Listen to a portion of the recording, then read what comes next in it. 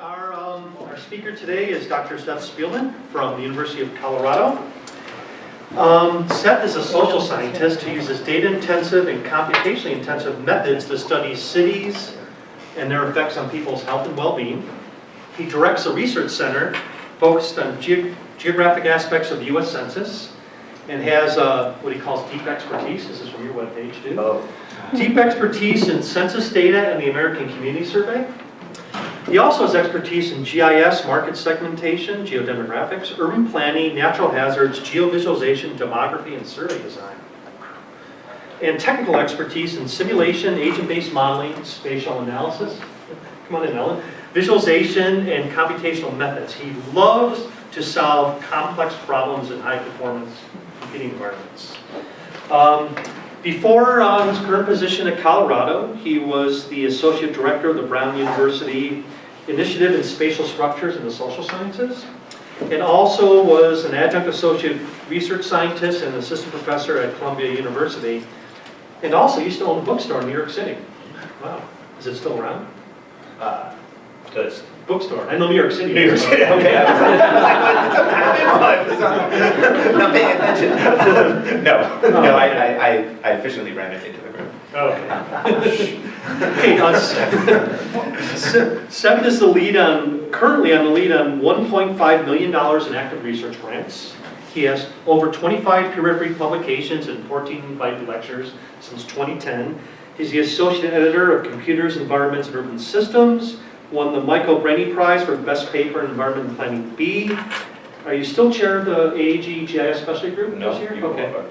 He was chair of the AAG GIS Specialty Group. And are you still membership chair for the UCGIS? He is membership chair for the University Consortium for Geographic Information Science and has won several awards, including a census data visualization competition from Kaggle.com. Haven't heard of that. A certificate of recognition from the state of New York for 9/11 emergency mapping and data, and the Columbia University Award for excellence in planning methods and techniques. Seth, Thanks. the floor is yours. Thanks for the introduction. The title of my talk today is Big Data is Small, Cities, Individuals, and the Urban Landscape. And I hope the reason for that title will become clear by the time I get to the end. What I'm going to spend most of my time talking about is statistical geographies. And I thought if I put statistical geographies in the title, nobody would come to see my job talk. So I put big data in instead. But statistical geographies are these things they're geographic entities that are created solely for the purposes of statistical tabulation. That is, they're geographic entities that don't have a legal basis. They don't have a physical or an environmental basis. They're created by people to tabulate surveys. And since about the 1930s, cities in the United States have been divided into these statistical geographies, sort of like a jigsaw puzzle, right? And almost all of the social, economic, demographic data that we have about cities, or the internal structure of cities, is produced using these jigsaw puzzle pieces, these statistical geographies. These statistical geographies are, they're really plumbing, right? They're the plumbing that allows us to do social science. And people don't generally think about plumbing unless it's broken. And I'm going to argue, or try to convince you that the plumbing that we've been using, or the plumbing that's available to us now, is broken. That is, data for statistical geographies as they're sort of currently designed just doesn't work. And I'm going to try to convince you that this matters, that this has real implications for science, for governance, and improvements. The way that statistical geographies are made, and data about statistical geographies is made, is a process that I'll call draw then tabulate. And I'll explain what I mean by draw then tabulate. And I'll argue that this draw then tabulate approach can be replaced by a more dynamic approach in which statistical geographies actually reflect social structure rather than imposing it from the top down. This is all made possible because of big data. This might be the last time that phrase appears in my talk. But it's not the bigness of big data that makes this possible. It's actually the smallness. What allows us to rethink statistical geographies and rethink the way we measure cities is the fact that we have disaggregate data about individual people at urban scale. As I sort of go through this talk, I'm going to deliberately try to be provocative just because it's late in the day and that's how I am. I'm going to try to be broad rather than deep. That is, rather than talking about one paper exhaustively, I'm going to talk about quite a few papers. And I'm also going to focus on context over detail. What I mean by that is I want to sort of situate methods within problems and explain why we adopt various methodological approaches, but I'm not going to talk through the mechanics of the methods, and I'm happy to do that afterwards, but it's just not here. So, does anyone know who this is? It's not Harvey's grandfather, or a picture of Harvey in 40 years. No. This is the grandfather of statistical geographies in the United States. This guy, his name is Walter Laidlaw. He was a Presbyterian minister who worked in New York around the turn of the last century. And he ran what was called the New York Federation of Churches, which was a social service agency designed to provide services for the poor. And Walter Laidlaw wanted to plan those services, but was really frustrated with the kind of information that was available to him. The census and data from federal statistical agencies was really only available at the city scale or for electoral districts. And Laidlaw had the idea that we should do this to every city in the United States. That is, we should cut cities up into quarter sections in the exact same way that the middle of the country was being cut up into quarter sections, but that we should use these small square units to tabulate surveys, to tabulate statistical data. And this is what I'll call the draw and tabulate method. That is, some set of geographies is designed sort of exogenously. The boundaries for those geographies can be drawn on a map. Surveys can be collected, and surveys can be annotated with a particular geographic unit, right? And then they can be tabulated. That is, you can add up all of the surveys that fall within a particular square and get a sense of the characteristics of that square. Does it make sense? Yeah? Okay. So this was Walter's idea, and he proposed to the Census Bureau in 1906 that they should do this, that they should produce estimates in this way.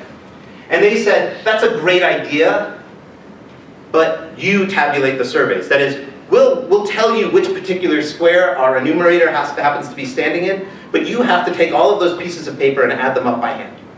And he did that. He did that for 2 time periods in New York City. He did it for the 1910 census and the 1920 census. Literally by hand, added up the entire census. So it's millions of people, millions of numbers that he added up.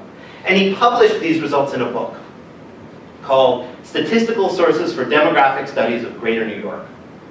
And within this book were some of the first maps of intra-urban variation in the United States. That is, you could see how the characteristics of the population varied in space at a very fine level of granularity. Right, so this top map shows us people who died of tuberculosis.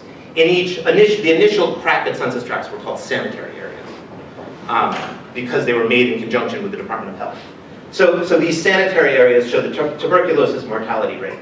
This bottom map shows the population density in New York, and you can see sort of the tenement district, if you're familiar with New York, has really high population density. Also, because he did this for 2 time periods, this is also from that same book, you can begin to see urban processes, parts of the city that are growing and shrinking, right? And so during this period, the subway system is being built, and people are moving out of here to other parts of the city. So the New York Times reviewed this book about census data on April 1st, 1923. And they said, for meticulous care and detail, for meticulous care, detail, and accuracy, the book is at once a marvel and a terror. That is, and I think that sort of reflects how a lot of people feel, a lot of us feel about big data now, right? It's amazing, but it's also sort of like a terror. And they said that they're really enthusiastic about this book. So they said that the small square unit, reading here, the small square unit is what the social, the religious, and the civic worker needs today. He can then direct his artillery precisely where evils need to be bombarded and can so secure for the good a guarantee of more rapid development. right? So it's this idea that once we actually know where things are happening, we can do something about them, which was a powerful idea. Sort of funny, I don't know if this is the typesetter having fun, but the title of the book review is New York's Doomsday Book, or Demonography. And I don't know if that's because it's April Fool's Day and somebody's having fun, but I don't know. This sounds very goth and not census garbage. Anyway, the key point, the key takeaway from this story about Walter Laidlaw is that statistical geographies are a progressive era innovation. They're something that's really important for social scientists, for governance, for a lot of different things. They were born at a particular time. It's also important to realize that these geographies are not real. They're designed by people. They don't reflect anything real on the ground. They're just lines on a map. And to me, what's amazing is that the science of taking surveys and measuring populations has advanced in really dramatic ways. But the way that we tabulate those surveys, those really sophisticated surveys, hasn't changed at all. We still do draw then tabulate. Right? We still do the exact same thing we did 100 years ago. So the way that draw then tabulate is realized now. That is, the major source of information for these statistical geographies is something called the American Community Survey. And how many people are familiar with this thing? Okay, good. Because I could put you to sleep. Like if you ever have insomnia, just give me a ring. I can talk about the American Community Survey till you're snoring. But the American Community Survey is the primary national source for demographic and economic data about small areas, so these census tracts and block groups. One of the things that makes the ACS unique and very different from any survey, any large-scale national survey that has ever been done before, is it's a rolling survey. That is, it's constantly measuring the population, and that has particular implications. The ACS is a study of housing units, not people, so 3.5 million housing units are sampled each year. And the survey is used to allocate somewhere between $450 and $500 billion per year. So this data is used to make big decisions about resources. Who gets what? And you've all seen it. If you've seen it, this is what it looks like. These are 5 census tracts that are right next to each other in Denver, Colorado. These are estimates of African American median household income. And it's very exciting, right? So you're all smart, you can see which one is the wealthiest tract and which one is the poorest tract. But if I show you the margins of error on those estimates, right, it becomes really, really hard to tell anything about these census tracts, right? So this tract could either be dirt poor or really comfortably middle class. We just have no idea. And that's just one variable, right? This is the case for lots and lots of variables. Here, this is just a random selection of census tracts in Chicago. Here we're looking at childhood poverty rates. So this dot is the estimate, and the bar around the dot is the margin of error. And this is 0% of the children in poverty. This is 100% of the children in poverty. What this slide seems to show me is that the Census Bureau spent a lot of money to figure out somewhere between 0 and 100% of the kids in most places are in poverty, which you don't really need to find out. I mean, in some places the estimates are okay, but in huge chunks of the city they're not.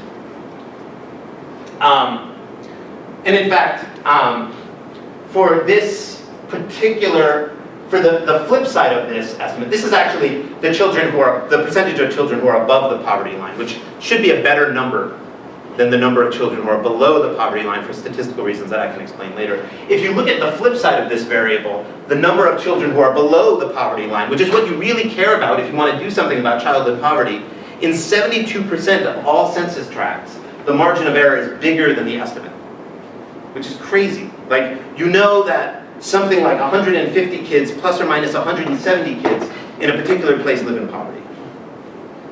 So we asked people, we've done surveys of planners and community activists, and we say, well, what do you do when you see data like this? And they say, when you see data where the margin of error is bigger than the estimate. They say things like, I cry, I run for the hills. They say things, well, my customers, the people I report to would probably ignore the margin of error, so I do too, right? That is, I delete that column, and we heard that a lot. I just delete that column because it makes the table too big, because I don't know what it means, because city council just wouldn't get it. And they also say things like, unfortunately, in some cases, you just have to report the estimate. The end user may be using it for a grant application or a funding program that requires the estimate without any consideration of the reliability of the estimate. So an example of one of these is the Community Development Financial Institutions Fund from the Treasury. And here, to qualify for this particular program, which supports investment in particular census tracts, a census tract has to have at least 30% of the population living at or below the national poverty level, and an unemployment rate 1.5 times the national average. The problem is the margin of error on those poverty estimates, in 50% of all census tracts, the margin of error is 50% or more of the estimate, which means you could have a place that had a 25% poverty rate, plus or minus 12%, and they wouldn't qualify for this program. But arguably, maybe they should. So this creates real problems, I think, for the allocation of resources. People who shouldn't be getting federal support are, and people who should aren't, and I think this stuff matters for people. I do a lot of work on social vulnerability to natural hazards, and we have an NSF project to look at social vulnerability to natural hazards. The idea here is that things like wealth and access to resources affect people's ability to respond to hazards and affect people's vulnerability to hazards. And there's a really widely used index by Sue Cutter called the SOVI index, the Social Vulnerability Index. It's used a lot. It has about 28 variables in it, and it's often used to rank places in terms of how vulnerable they are. So if we think about how uncertain the inputs to this index are, really weird things start to happen. So for example, this is a map of the change in county rank, or the potential change in county rank due to uncertainty in the input data. So you could make a map and rank counties based upon their vulnerability, which is done all the time by FEMA and hazard mitigation people. But if you think about how uncertain, this is just one of the 28 variables. This is an income variable that feeds into the calculation. If you think about the uncertainty in that income variable, we get places where once we account for that uncertainty, the rank could vary anywhere from 500 to 1,600 places in these dark things. So what that means is we could have a place that was ranked as one of the most vulnerable places in the country, but when we account for the uncertainty in the input data, it drops to about the middle of the pile. And that's just one variable, right?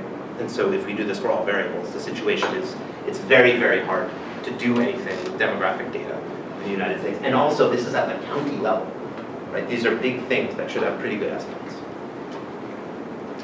So how do we fix the ACS? And I think it's important to fix it. There is no money to fix it. So any solution to this problem has to be more or less free. That is, there's no money to increase the sample size or do anything fancy. So we have two methods for fixing the ACS. One is viewing neighborhoods as ensembles of variables, and the second is a method for designing optimal geographies. I'm going to talk through this really quickly because it's not where I want my emphasis to be, but I do want you to know that I'm not just criticizing something. We are actively trying to fix it or to develop strategies to fix it. So the ensemble approach is in press in the Annals. It's work that I've done with Alex Singleton, who's at Liverpool. And in this paper, we argue that that demographic data, that an income estimate, while that may be interesting, what actually makes that income estimate useful is not the estimate itself, but its relationship with all of the other information that you have about that place. So variables are located, and they become meaningful via their relationship with other co-located variables. We argue that the value of a large, comprehensive public survey like ACS is not in the single estimates that it produces. It's not that you know how much money people make. It's that you know stuff about the housing, the income, the employment structure, the family structure, the age structure. You know all of this information about a place, and that looking at all of that together is what matters if you're interested in doing quantitative work. And there's also a statistical motivation, which is that if these estimates are independent from each other, if the error in any one of these independent estimates is random, those random errors will sort of cancel each other out as you start to look at a large stack of variables. So there's sort of two reasons to do this, one conceptual, one statistical. This is what our ensemble approach looks like.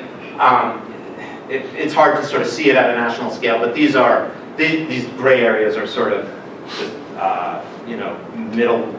middle income, single family houses kind of areas that aren't very interesting. These green areas are areas that have a lot of Native American population in them and really stand out. We also spent a lot of energy validating this approach. So we took a bunch of data that was entirely exogenous to the census. So this is derived from all federal election reporting. So if you contribute more than $250 to a political candidate, you have to report it to the Federal Election Commission. And all of that data is in the public record, and there's millions and millions of records. And you have to sort of say where you live and what you do for a living. And so we can get information about individuals. And anyway, the validation shows us that this approach sort of works. And I can talk more about this afterwards. The second thing that we do is we developed a method for creating optimal geographies. So that is, and this idea is that rather than just drawing and tabulating statistics, we could draw and tabulate recursively. We could do this over and over and over again. And each time we draw a geography, we could look to see how optimal it was, how good it was. That is it giving us high quality data, or data where the margins of error are small, right? And there are other criteria we could think about. Is it a homogeneous area, or is it sort of describing a group of people who are similar to each other? So we've developed a method for doing this, for designing these optimal geographies.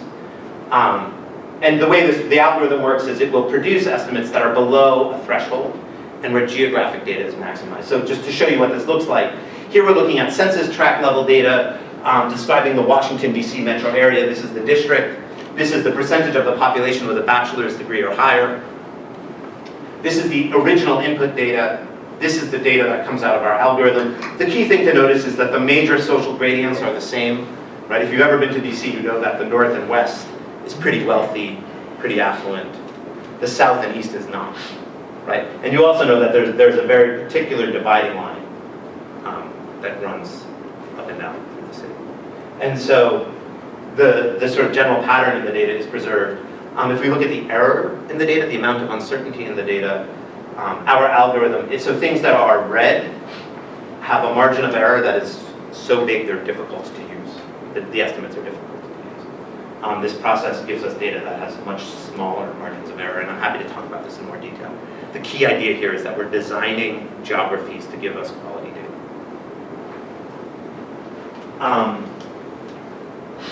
Everybody with me so far? I feel like I've gone kind of fast. Okay. So these approaches are technical solutions to the problem of the ACS. They don't really get at the fundamental causes of the problem of the ACS. These really are just band-aids, right? These are ways to sort of get the data into some sort of usable form so that you can do policy, so that you can do social science, so that you can do work.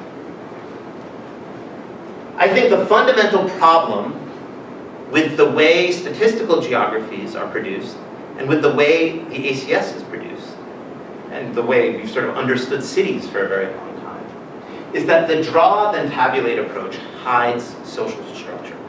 So we could have two places that have the exact same estimate. This 2.5, whatever it is, right? It could be the average family size or the number of rooms in an apartment or whatever that number represents. We have two places with the same estimate.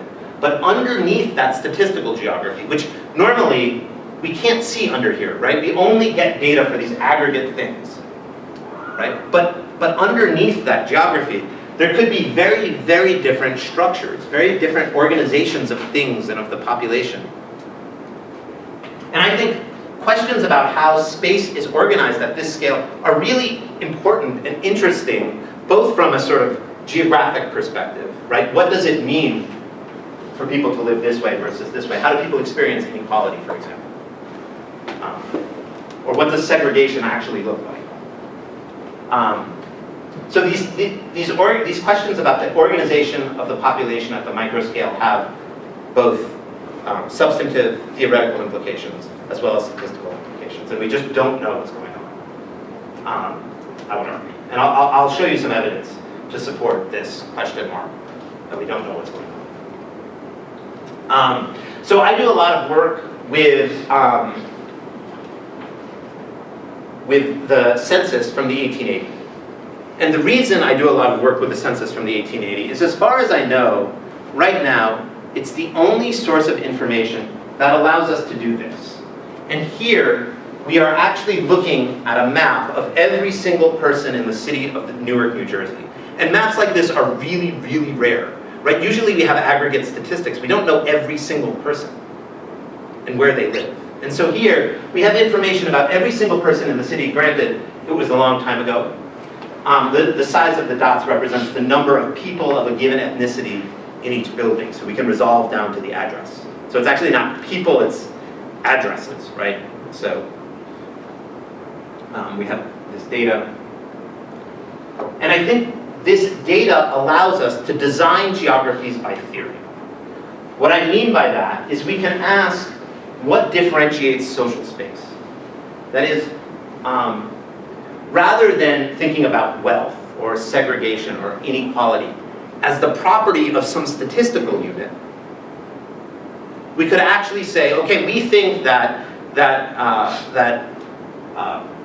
segregation and wealth and housing type are the things that actually structure urban space. And we can go out and actually look for emergent structure using those attributes. Rather than imposing a geography top-down, we can let structure emerge if we know what we want to look for. And what allows us to do this is the smallness of big data, right? It's the fact that we have disaggregate data at a metropolitan scale. So we can look for natural structure or emergent structure in data in ways that we really never could before these kinds of data became available. This idea, I wish this idea was my own, and it actually sort of is my own, but then I read this paper, which is from 1934, and it sort of proves that there's nothing new under the sun. And this is a very famous paper for people who are really geeky about the modifiable area unit problem. Because this paper is sometimes tagged as the first time that the modifiable area unit problem was identified. And it appeared in the Journal of the American Statistical Association. And these people were actually working with some of the very earliest census tract level data. And if you don't know what the modifiable area unit problem is, I can explain it later. But Gelke and Beal said, the ultimate question is whether a geographical area is an entity possessing traits or merely one characteristic of the trait itself. That is, when we think about these geographies, should the geographies that we use to divide up urban space, should they be realizations of the thing that we care about? Or are geographical entities just things that possess attributes, right? If that makes sense. I know that's a little bit of a mind bender, but I think it's an important distinction, an important way of thinking about urban space. So we actually have this building level data, or we have it for many cities. In this paper, we use it for 4 cities: Albany, New York; Buffalo, New York; Cincinnati, Ohio; and Newark, New Jersey. And our aim is to use this disaggregate level data to see if structure emerges, if we can use ethnic segregation and wealth to identify structure in these cities. So we take all of these address level data, hundreds of thousands of points. What comes out of the other end of our analysis is a map of neighborhood types. And I'd like to briefly explain what these types are. So the answer is yes, we can find structure, but I want to explain how. So what we do is, for every single person in each of these cities, we look at their context. So for each person, we look at the area around them at different intervals.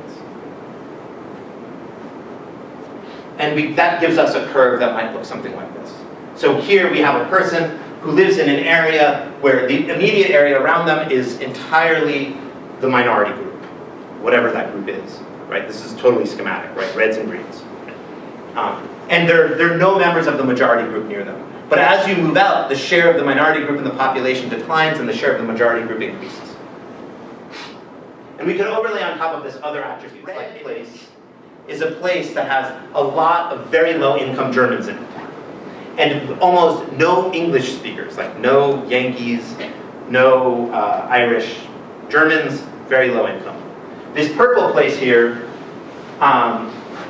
is the sort of Irish equivalent of that. It's almost entirely Irish, and it's very low income, and it doesn't have any German speakers in it. Interestingly, the green parts of these cities are ethnically mixed and very wealthy, right? And this is because these are walking cities. These are cities at the advent of the streetcar age, and access to the downtown was at a premium and people paid for it. So what we've done is we've identified sort of emergent geographies. We're sort of finding neighborhoods as these latent types of places that are defined by the characteristics of their residents. Rather than drawing and tabulating, we're looking at who lives where, and we're identifying structure that way.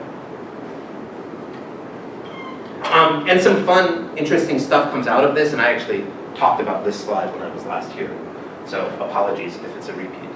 But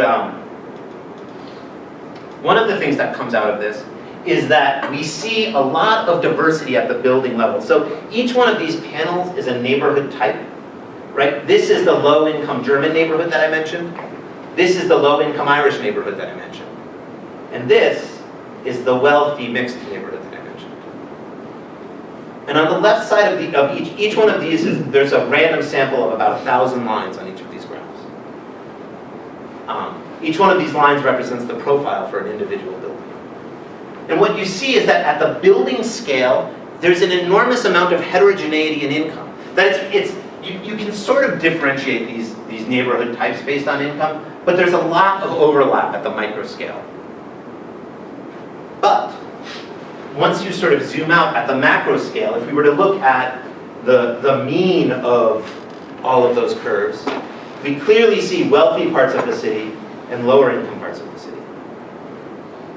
The other interesting thing to notice is that the variance in incomes is different in different types of neighborhoods. That is, there's much less economic heterogeneity in wealthy neighborhoods than there is in poor neighborhoods, right? People tend to be more similar to each other in wealthy neighborhoods than poor neighborhoods, at least in terms of economics. And to me, this is really interesting because there are sort of echoes of this in the world today. We see these same kinds of patterns. There aren't a lot of data sources that let us look at this, but here's one. This is a paper by Hardman and Ioannidis, they're urban economists, and they were looking at something called the American Housing Survey. And in 1985 and 1993, the American Housing Survey did what was called a cluster sample, where they randomly sampled households, and then they looked at their 10 nearest neighbors. And what you see from this cluster sample is that the average of these groups of 11 buildings was about $29,000, and the standard deviation in the average income was about $25,000.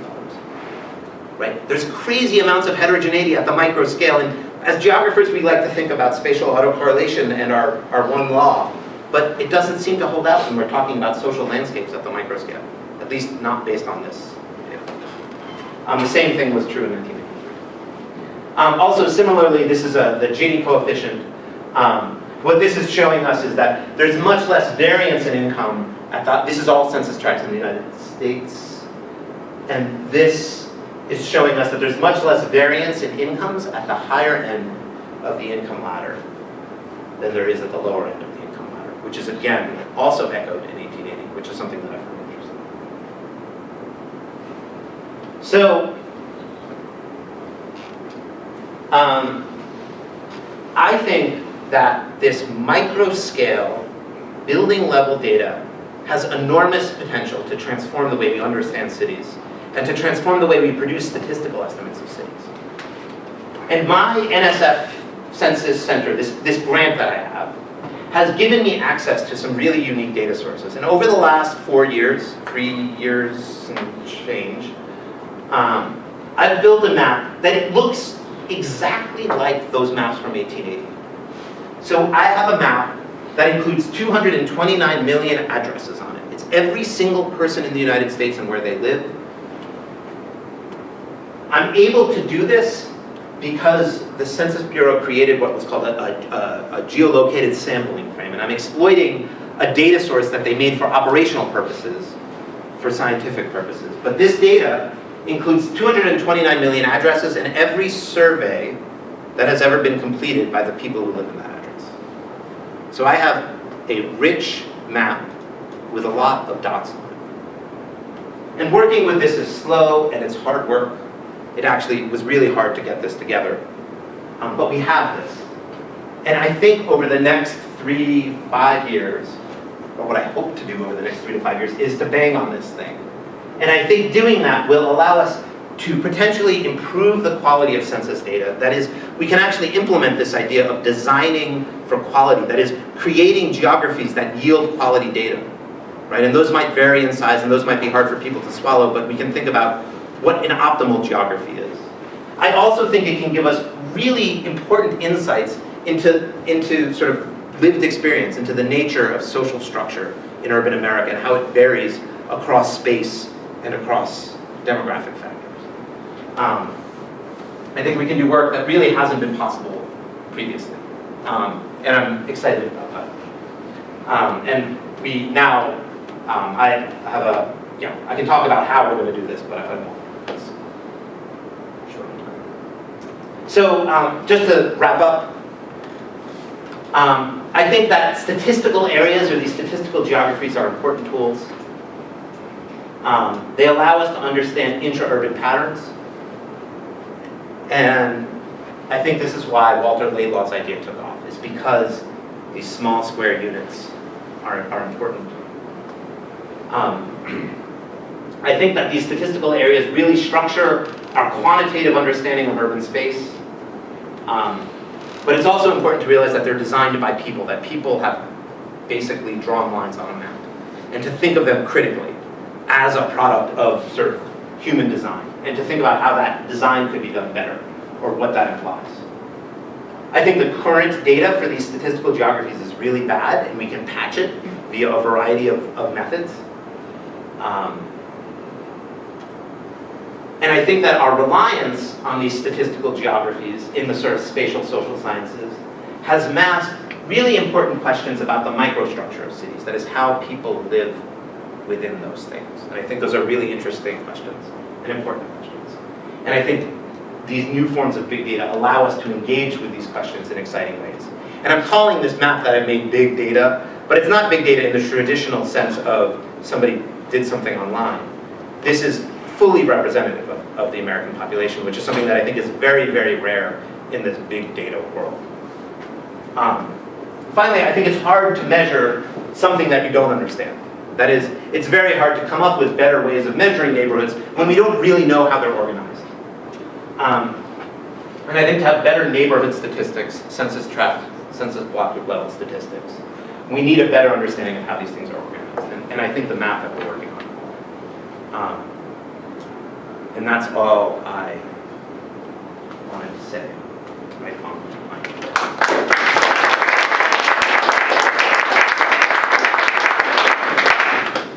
Questions?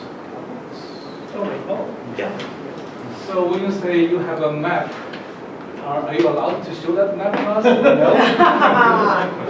No? So to use that map, I have to work in something called a research data center. There are a few of these around the country. They're in Washington, D.C. There's one at Penn State, which is where I'm starting to work more and more. There's one in Minnesota. To work in that environment has basically no connection to the outside world. I can't bring a phone in. I can't bring a pencil or paper in. There's a printer in a separate locked room in a cage, like it's behind like double locked doors, so there's really no way to take information out. The computers aren't connected to the internet in any way, shape, or form, which if you write code like I do, like nobody actually ever really remembers how to write code. You just always Google something, and it's and it's really, really slow and really hard when like you have to go out into the hallway, check your phone out, and then repeat the syntax to yourself over and over again and hope nobody interrupts you as you go back to the cubicle and you can write it all down effectively. And so it's a really restricted environment. So we cannot show it. And honestly, the only reason we can access this data is that we've argued that this could potentially yield better estimates, better small area estimates, without spending any more money on the survey. That is, without increasing the sample size at all. We could think about new geographies, and we could sort of get better data just by doing the new geographies. And legally, that's the only reason I'm allowed to use this data, is to improve the Census Bureau's data products and operations. But as a side product of that, I think we'll learn a lot along the way. Yeah, so, but I can't show it. And I once drew a PDF of it just to make sure it was what I thought it was, and then I deleted it really quickly because I wasn't sure if that would get me in trouble. Like, I'm not even sure if I'm allowed to do that. And I don't think they are either, because nobody's ever worked with this data before. So does that restriction generate issues in terms of disseminating your findings? And how do you deal, if so, how do you deal with it? If not, great. So there are no findings yet. But when we think about what we're going to do and how we're going to do it, it is entirely shaped by what we think will be acceptable under statistical disclosure rules. So when we think about making these geographies, for example, we think we will, there are questions about differencing which come up in the statistical disclosure. So if you have one geography and another geography and you can make a slice, you can actually identify people. And so we've spent a lot of time thinking about how to address those kinds of things. I don't know yet, but we'll see. I mean, there's a panel. I know the people on the panel. They know we're working on this. They've helped us get the data, but we haven't said, hey, can we show this to people yet? Yeah, but yeah, because it would suck if they said, really bad. Why is the ACS such a train wreck? Was it designed poorly, or was it something they discovered after they started collecting data? As bad as you're saying it is. Mm-hmm. Yeah, so they were wrong. So they estimated, they knew the variance was going to be higher in the estimates, but they thought that the variance was going to be about 30% higher, and that people would be willing to live with that because they would be getting data at much higher frequencies. In fact, the variance was more like 75% higher, so the margins of error are almost twice as big as they were in the previous decennial census. They didn't ever really report the margins of error before. You could get them for the decennial long form, but they were small enough that people felt they could be safely ignored. These were large enough that they decided to start reporting them. And so, well, in some places, the decennial census may have been bad. They're actually worse than they seem based on what I've reported them to you, because they actually revise the methodology and they do this sort of statistical trick to reduce the variance. They sort of, if an estimate has really high variance, they sort of correct it with this model and to sort of squeeze it down. And they don't report 95% confidence intervals like every normal person in the world, because those are too big. They report 90% confidence intervals because those are a little smaller. So they do all sorts of things to try to make it seem not as bad as it actually is. It's not bad for everything. There are certain things that are okay. What's spooky about it is that the quality of the estimates vary along demographic gradients, but also along geographic gradients. So poor neighborhoods have generally worse data than wealthy neighborhoods. Small populations and minority populations or rare populations generally have really bad estimates, right? So I just got a email from somebody today who's interested in counts of South Asians in American cities. And in places where that's a rare population, you get numbers like there's 12 plus or minus 40, and but if you wanted to know how many people lived in that place, or how many white men lived in that place, you would probably get a pretty good estimate. So it depends what you're looking at. And the other problem is they decided to keep census tracts. And there are about half as many samples in an ACS 5-year census tract estimate as there were in the 2000 decennial estimate. So the decennial census tracts had about 250 people in them. For the long form, these now have about 135 from the 2007 ACS. So it's much fewer people. Matt had a question? So my experience with the ACS is less with error, but it's with sort of disappearing data. And so I know there's kind of like a sweet spot in the ACS. Like I have an interest in race and access to vehicles and income. Mm-hmm. And there's kind of a sweet spot in the data around 2005 where there's a lot of data available, and age, and also sort of putting all that stuff together. Yeah.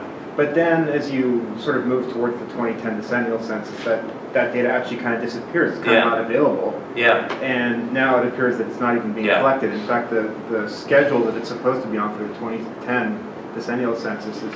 No, it wouldn't be on the decennial. It would only be available through the ACS now. Yeah. Yeah, because basically they've thrown out all of those things from the decennial and put them on the ACS. And the reason you're having problems is because you're slicing the data 3 ways, and that makes little groups, right? And so when you do a lot of slices, you get little groups, and the error gets really big. And they have certain rules, like, and I don't know exactly what they are, but there's under certain conditions they won't publish the data, and you may be bumping into that. The data is there, but they just think it's sort of like too bad to use, and they're probably right, because what they call too bad to use is probably really bad.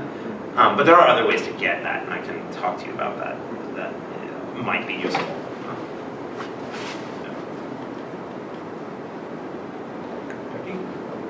I mean, I appreciate what you're saying about allowing these kind of neighborhoods and our spatial understanding of the city to be a kind of emergent property rather than something that's kind of laid down, a statistical artifact or a spatial artifact rather than even statistical. But I'm also wondering, one of the critiques of these kinds of surveys, whether it's ACS or census or any others, is the ways that the categories themselves are created. So there's a way in which, like, okay, we're getting better and better techniques, but the underlying data, like what are racial categories and how do people put themselves in it?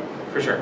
Yeah, and what is a family, and and I mean, those are all really important questions that are really hard to answer. And one of the interesting things they started reporting is the total number, and this is random, and this is not answering your question, but this is just sort of trivia, the total number of racial boxes that were checked in an area. So you can look at the total number of people and the total number of racial boxes that were checked, and even though they're binning people into some sort of category, you can still sort of get a sense of like how people are identifying themselves, at least in the aggregate, how much variation there is in that over space. And I think that's an interesting, I've not looked at it, but I know they've started publishing that. But yeah, these are really hard things that they struggle with too. Right. And I mean, they're like, they pull their hair out over a lot of these things. And they really care, but they don't know what the answer is. And I think they don't know the answer because nobody really does. And they have a mandate to collect this stuff. Race they don't have to collect, but people will be upset if they don't.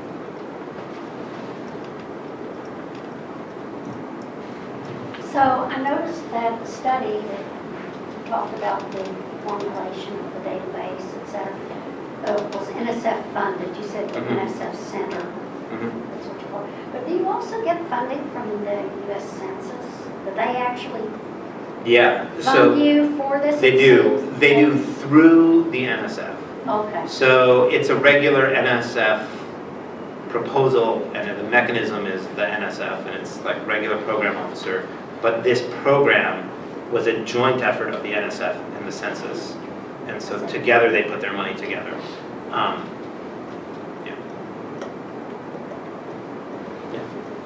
Well, I see a couple of things. I mean, it's kind of an eye-opener because I was using this stuff, and I was like the guy who deleted the column. But there are some good news. There is some good news. I guess the basic census, the equivalent of the original short form, is still there. And so For sure. if you just want a basic census as a count, And it's good. that's good as Yeah. disaggregated. So on the one hand, we have that. And then on the other hand, you have other non-census big data sources Exactly. that probably could enrich this. Yeah. Databases, administrative data that doesn't come with a stricture. And Yeah. you stitch all that together. Yeah. it would be- I totally agree. We're trying to do some of that. And we have a paper, there was this urban analytics meeting in Chicago this summer where we presented some of that work. And it's moving along, sort of, my postdoc who presented the paper just started a real job. And it's been slow to move forward. But we've looked at sort of administrative data, and actually what we could get good administrative data on was all of the restaurants in Maricopa County in Phoenix, and Yelp, this social media thing, publishes these academic data sets. And you would think that like, okay, you have this list of all licensed restaurants, and you have this Yelp data, so the Yelp data is going to be a subset of all the licensed restaurants, or something like that, right? But it's not the case, right? There's only like 40% overlap. And there are things in Yelp that are not in the administrative records, and there are things in the administrative records that are not in Yelp. And so I think you're exactly right. There's a lot of potential to sort of cross-fertilize these data sets to do it, what you could call data fusion. And there's some exciting work being done, actually. Noel Cressy, who used to be here with a group in Missouri, published a paper using Google Trends data to try to estimate sort of rare ethnic groups. So looking at the language of internet searches to update the census data. But that's all. There are other resources here. There's our Center for Human Resource Research, which Randy also directs. Yeah. Also mined these administrative records because although they're not designed for research, and they're not supposed to be samples, they're just a list. Yeah. But maybe the list has, like you say, locations of households that you could use to know which are the dense and non-dense portions of the cities. Yeah. It's kind of a way to enrich different data sources, hopefully with an eye to getting these emerging data. Yeah. No, I agree. Sure, yeah, please. So, you have a slide that shows the optimal. Yeah. So can you define what is? Yeah, this is a really good question because I blew through all of that, so I actually sort of anticipated that a little bit.